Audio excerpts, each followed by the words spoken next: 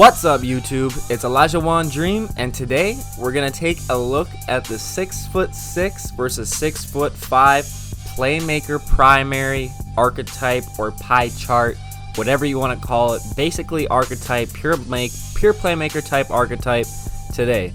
I made a 6'6" and a 6'5" one, and I'm gonna show you guys some mistakes that I made when I first made my build.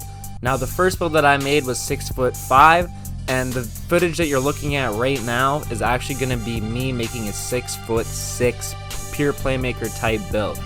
But you actually really get a pretty balanced amount of attributes with the Playmaker primary. So I think as point guards, and especially if you're going to be tall, definitely go with that. And then you definitely want to be fast with the ball, and especially if you know you're going to make a taller player, you know your speed and stuff like that's going to drop.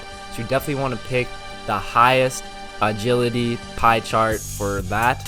And then here is where you spread out the attributes, and here is also where I made a huge mistake when I first made my build.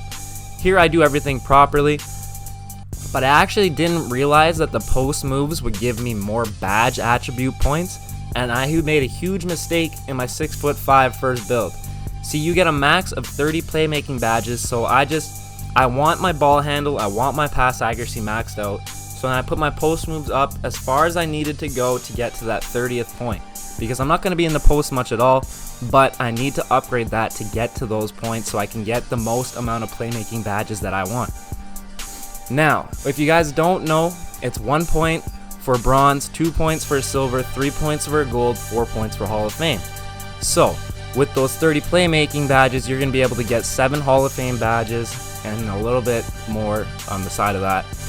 But right here, I'm playing around with my attributes. I fill out what I want first, so I went with my ball handling, pass accuracy, then I went with my 3-pointer, driving layup, driving dunk.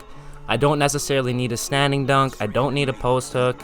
Shot close, I kind of need that because I need to get to 12 badge points for finishing and 12 badge points for shooting. I think that's a pretty good balance. And then I can put gold clamps on, and I get a bronze extra defensive badge. So that is what I went with for my 6'6".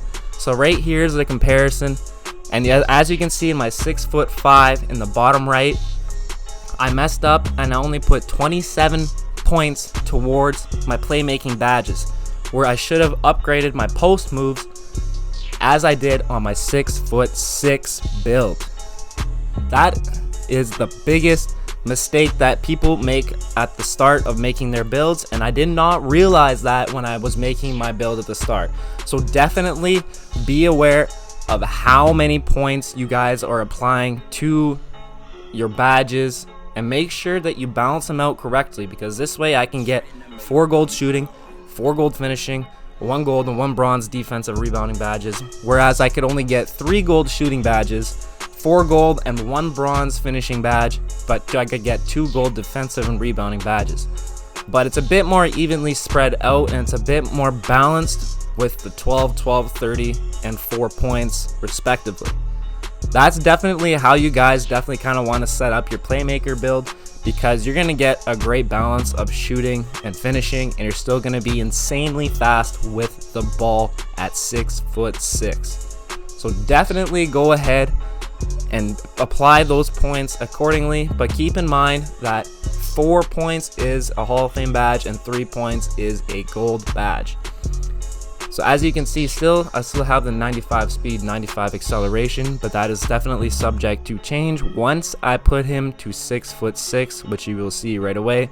Here I actually put him at compact build, just because I almost went slight, but he's a little bit too skinny in my mind, and if you go compact you get a little bit more muscle tone and that kind of stuff like that. So I think it's going to be a little bit more appropriate to go with the compact, so you can still get a bit more weight and that kind of stuff. So as you can see here, the difference in attributes: 6'5", 95 speed, 95 acceleration, compared to 92 speed and 91 acceleration at 6'6". But these stats are subject to change with your weight. A little bit of difference too with the driving dunk: 78 at 6'6", 80 at 6'5", so it's a little bit different. Vertical is also a little bit lower at 6'6" compared to 6'5", and so was the lateral quickness, and the speed is a little bit different as well. But there is definitely a huge part that just dropped yesterday that came out that I did not realize. So I'm definitely glad that I went 6'6", because I will mention this in a bit. The screenshot is dropping later, but this is going to be huge for everybody's build. So you might as well like basically max out the height at almost any build, especially a Playmaker build, because you're actually not going to lose any speed. You will see what I mean here. But as you can see, I'm going to drop my weight down to 192 just because that's the lowest that I had to go to get the acceleration back up to a 92. I wanted it to be even at the 92 speed and 92 acceleration, just so they can be even. I don't know why. I think that might just be a little bit of OCD right there. I just don't like the 92, 91. So obviously right here at 6'5", I went 195 on my first build just because it didn't really change anything and I was still heavy enough and I liked the 95 speed and 95 acceleration. And 6'6", as you can see, it obviously changes it a little bit, but if you go down to the 192, that's the lowest you can go, like I was saying, so you can get back up to 92 acceleration, which I think you definitely want, because with that stop and go badge, you definitely want speed and acceleration to work together.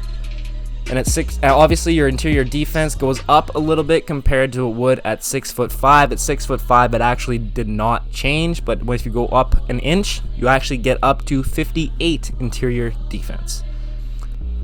So right here is what I'm talking about. This is why you guys should go 6'6" compared to 6'5".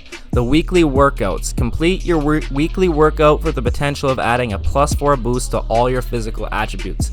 So I'm at 92 speed, 92 acceleration. I do my weekly workouts. I can get up to a 96 speed and a 96 acceleration as if I didn't lose any speed from going up that inch. Now it's also very interesting though, because at 6'5", you have 95 speed and 95 acceleration.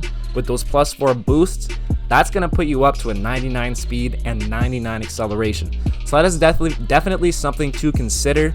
But if you go 6'6", you're not really gonna lose that speed if you keep doing your weekly workouts. Now I'm not sure exactly how these boosts work. I did tweet at Mike Wang, and I believe I did tweet at Chris Timmerman, or Zach Timmerman, not Chris Timmerman. Wow, big mistake there. But I'm not sure if they just last for like your scheduled week, but if you don't play any career games, then that week's not going to move forward. So then does that mean that you don't have to do it, or do these boosts only last a certain amount of games, like 1, 5, 10, 20? How long do these boosts last for? But then obviously here you can see the skill boosts return as well. So also keep that in mind, because your dunking, your shooting, your rebounding, your ball handling, everything like that's going to be increased. So definitely keep that in mind when you're making your build too, because I always have jump shots, finishing, and on point guards I usually have playmaking boosts too, just because I want to be able to hold on to that ball.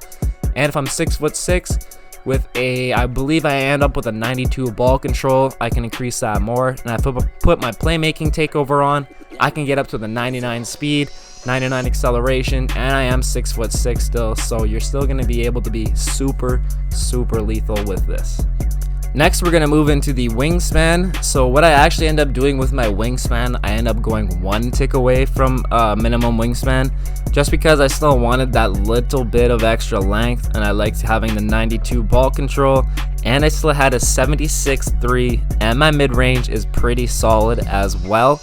Now when I went 6'5", I just left it at pretty much like the default wingspan, just because I could still have a 94 ball handle, but I needed to decrease my wingspan in order to get that 92 ball handle at 6'6". Now if you are putting boosts on and kind of stuff like that, then you definitely will get that increase, but I think you're getting that height to give up the arm length a little bit, and so I think it's just good enough to get that little bit of extra length, not quite at minimum wingspan, but just 1 tick before. That's what I went, 81 mid-range, 76.3. So it's going to be pretty nice there. You're still going to be able to hit your 3-pointers. You still have a really good mid-range game, and I'm going to have a 78 driving dunk. Also, with what I was just saying before, with those weekly attribute boosts, 96 speed, so I'm going to be super fast with the ball. So this is definitely a solid all-around build, and the way I play, I'm a pass-first player. So if I see double teams coming, it's an easy pass out. If you leave me, it's an easy blow by for a dunk, whatever it may be. And this is what you wind up making, is a slashing playmaker. Similarities of Gilbert Arenas, D'Angelo Russell, and Kyrie Irving. Now my 6'5", he got compared to Gilbert Arenas first thing too, and he also got compared to Damian Lillard, and I can't remember the other one, but it was slightly different. So it's definitely interesting player comparisons right there, and it's actually pretty funny both times I get Gilbert Arenas as my first comparison. But I like that actually though, because the Agent Zero was crazy, man. He was a baller. So right here I'm applying my 30 potential attribute upgrades to my playmaking. So what I end up going with here is Hall of Fame ankle breaker, Hall of Fame dimer, Hall of Fame handles for days, Hall of Fame quick first step, gold space creator, gold stop and go, Hall of Fame tight handles, and unpluckable. Now, some information just came out about a really important badge, Floor General. It only works on Hall of Fame, but it gives corresponding boosts. So if you're a pure stretch, you have Hall of Fame catch and shoot, you're going to get open shot 3 boost plus 4. It goes +1 boost for bronze badges, +2 boost for silver badges, +3 boost for gold, +4 boost for Hall of Fame. And this will also affect ball handling. So if you are playing with taller builds that are very close to speed boosting, put on Hall of Fame Floor General, and you're going to have Hall of Fame Dimer as well. Your teammates will be hitting a ton of shots that they weren't used to hitting without you. So the way I play, I'm definitely going to put on the Hall of Fame Dimer and the Hall of Fame Floor General. I'm just not sure what I'm quite going to give up yet for it, because the way that I have the badges set up on my 6'6" playmaker, that is pretty much prime time for dribbling, really. If you go look at Poor Boy Sin on Twitter, he has pretty much the exact same setup. I actually didn't realize that I copied him. I made this build on stream, but we have literally the exact same setup. He might have a downhill on, I think, but for playmakers, if you want to dribble and you want to ISO, that is definitely what you want to do there. But I am going to change it up for my 6'6" player and put Floor General on, so I don't know what I'm going to give up for that yet. And then I messed up here too on my 6'5" needle threader. I don't really think that made much of a difference. I was still getting stolen. And as you can see, I only could put bronze stop and go, bronze space creator, and bronze tight handles. That's where those 3 extra badge points really come in handy. I was not able to do as many Hall of Fame badges.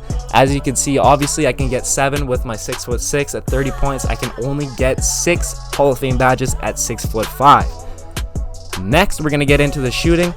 Catch and shoot gold, I put on both. Definitely doing that, so if you get passes when you're wide open, you're still going to be able to knock down that shot. You still got a 76-3, put boosts on, you're going to be able to hit. Put gold difficult shots on, because when you sauce up and you're going to shoot off the dribble, that gold difficult shots definitely kicks in. Now, this is really interesting as well. I put on gold steady shooter because I thought it gave you a boost for an open shot, but it turns out it's the reverse. It slightly reduces your open shot percentage so you can hit contested shots a little bit better. Mike Wang says this is for when you're about shooting and the defender comes when you're gathering, it knocks down the defensive impact on that. Now, I really don't like this because I thought it gave you a boost for shooting an open shot. So I was like, alright, I got a 76 open 3. I got gold steady shooter. And then I also put quick draw on so I can still get my shot off if I get open enough with just a little amount of space. And so defenders can't close out as quick. I think that's also really, really important. And I did not put that on my 6'5", and I really should have. I think quick draw is definitely going to be something you need because with custom jump shots, you cannot speed up the jump shot with custom jump shots anymore. The only way that you can get fast jump shots is by putting on gold quick draw. So that's why I'm putting it on my 6'6" point guard, so I get a little bit of space, I can pull that thing, and I can make it. But the steady shooter badge kind of pissed me off, so I think I'm going to have to switch that over to the hot zone chaser. I can't remember the exact name of the badge, it's something like that, but it gives you a boost for shooting in your hot zones. I don't like to take contested shots, so that's why I'm going to take off the gold steady shooter because I don't need that, and I really thought that that was going to be a badge to reward users for taking open shots. I don't really understand the point of the steady shooter badge or the logic behind it. You're going to knock down your open shot percentage so you can hit contested shots more. It really doesn't make sense. Like, you're telling people to shoot contested shots more than take open shots. Henry the Blasian, he tweeted on Twitter yesterday, they might as well call it like the Henny God or J.R. Smith badge, and that is straight facts. Like, this is literally a badge for people that would rather take contested shots than shooting open shots. Like, I don't understand why that's in the game, but whatever. We'll see if they change it. That the description of it is kind of deceiving and it makes it sound like you get a boost for shooting open. But I'm gonna switch that badge over to the hot zone chaser, so and then I get a boost all the way around the 3-point line or the inside, whatever it may be. Next, we're going to move on to the finishing badges. See, right here I can put 4 gold on, and I go with Acrobat, Contact Finisher, Relentless Finisher, and Slithery Finisher. I'm sorry, not Slithery Finisher. I ended up not putting that on, but I did end up going with the Fancy Footwork badge on gold, which actually turns out to be one of the best badges in the game, I find. It really helps you with the hop steps, hop dunks, Euros, everything like that. It makes a noticeable difference about going around your defender. I actually put a clip on Twitter where I did this crazy between the legs spin move. He created so much space. He basically started it from about the 3-point line, and he ended up just outside the restricted area. So he covered a ton of space, and if I would have kept holding it, I think I actually would have ended up doing a layup on the left side of the rim, and I was on the far right side, almost by the 3-point line. Look it up on Twitter. You can follow me on Twitter. I pretty much follow everybody back. You got any more questions, hit me up on there. My Twitter, same as my YouTube, at ElijahJuanDream. But the necessary finishing badges, I think, are just the Acrobat, Contact Finisher, Relentless Finisher, and the Fancy Footwork. The Slithery Finisher and the Giant Slayer, I had on silver on my 6'5", and I didn't find that those worked at all. And this is almost on pro difficulty, and I was still getting blocked at the rim quite a bit. So I switched up my badges and I went more with the Relentless Finisher so I can still keep my energy. Acrobat, obviously you need that, and the Fancy Footwork work together hand in hand, so you're still gonna be able to finish at the rim with your 83 driving layup, but with boosts you're probably gonna be looking at like an 85 to 86 around there, so you're still gonna be able to take that contact and finish at the rim. I think those are the most necessary finishing badges for the Playmaker. You're still 6'6", you're gonna be attacking the rim really fast at a high speed, so I think these badges should work out really great for you. Next, we're going to get into the defensive badges. Automatically put on gold clamps. I think that's going to be the most important badge, and I end up going with Tireless Defender, so I don't use as much energy. Now, my 6'5", I actually had 6 upgrades on defensive and rebounding because I did increase my rebounding, but I'm the point guard. I'm not necessarily going to be needing to go for rebounds. That's what everybody else on the floor is going to be for. So I'm not too concerned about my rebounding, and that's where I also messed up on my 6'5". But here I think the best badges to go with are definitely gold clamps and then the Tireless Defender, so you don't exert as much energy trying to chase around some type of other playmaker, or maybe you have to guard a pure sharp and he's running around the 3-point line, around screens, everything like that. You could also maybe put on Pick Dodger. That might be something to look at instead of Tireless Defender, but I went with Tireless Defender because I want to save my energy in case I get a steal, something like that, and I still got lots of energy to turn around and go down the floor. So I highly recommend going 6'6", because with those weekly attribute boosts, you're still going to be 96 speed, 96 acceleration. And you're basically the exact same player as a 6'5", and height and speed has always been a huge factor in 2K. So I definitely would recommend going with the 6'6", and I think this might even be my point guard build for 2K20. I just need to fix up the badges a little bit, but I'm definitely excited to use a point guard once again. The floor general plus Dimer and Hall of Fame I think is going to be awesome for me because I like to pass the ball and I like to get an assists. So if you're a team player, you're a team point guard, definitely put those badges on because they're going to be helping you and your team out, and you're going to win more games. Anyways, you guys, I hope you enjoyed this video. It was a very long video. I was thinking about putting some gameplay after this, but I thought I would save you guys because it's already a 20-minute video. So I'll definitely save the gameplay for another time, and maybe I'll do like a compilation of all the builds that I've made with the gameplay or something like that. Or if you guys want me to drop the playmaking gameplay of the 6'5" and the 6'6", let me know and I will drop it for you guys. I'll come out with a video, some highlights or something. But yeah, Anyways, I'm gonna be making a post score for sure, so I definitely will drop a post score archetype type video, whatever that may be. I'm gonna be looking into that today, and I'm definitely gonna be streaming a lot too. I'm gonna be trying to stream every weekday night at around 7 p.m. Central, and if I have something on, I'll definitely let you guys know. And I do like to stream during the afternoon weekend hours, but I am gonna try and step up my grind on videos and be more consistent this year. But anyways, let's grind 2K20 together. Let's get it. I hope you guys have a great rest of your day. Peace.